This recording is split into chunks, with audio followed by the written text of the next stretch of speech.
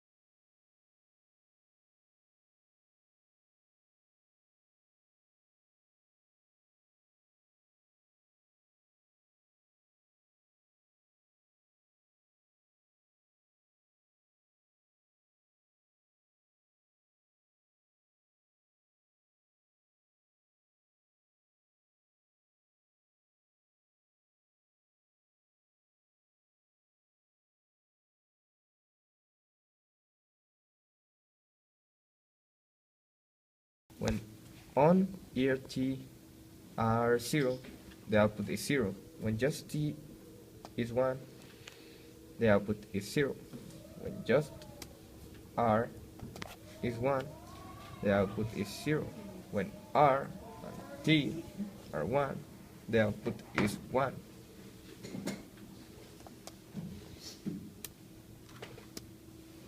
When E is 1, the output is 0. When E and T are 1, the output is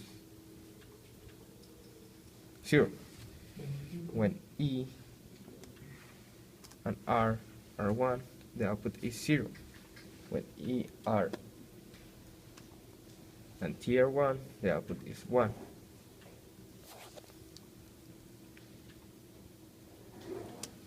When just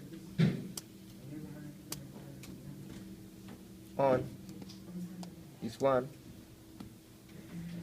the output is 0. When on and T are 1, the output is 0. When OR and R are 1, the output is 1. When OR, R, and T are 1, the output is 1. When OR and E are 1, the output is 1. When OR, E, and T are 1, the output is 1.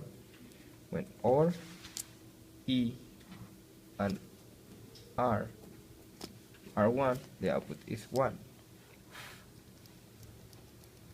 Finally, when all of them are 1, the output is 1.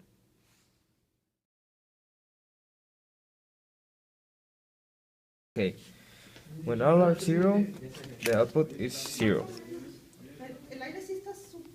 When T is 1, the output is 0. When R is 1, the output is 0. When R and T are 1, the output is 0.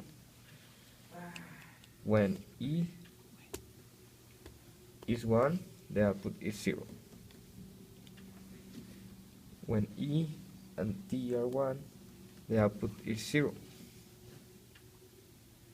When E and R are 1, the output is 1. When E, R, and T are 1, the output is 1.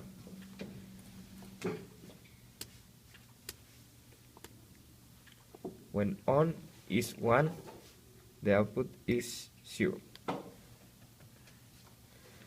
When on and T are 1, the output is 0. When on and R are 1, the output is 0. When on, R, and T are 1, the output is 0. When on and E are 1, the output is 0. When on, E, and T are 1, the output is 1. When OR, E, and R are 1, the output is 1. And when all of them are 1, the output is 1.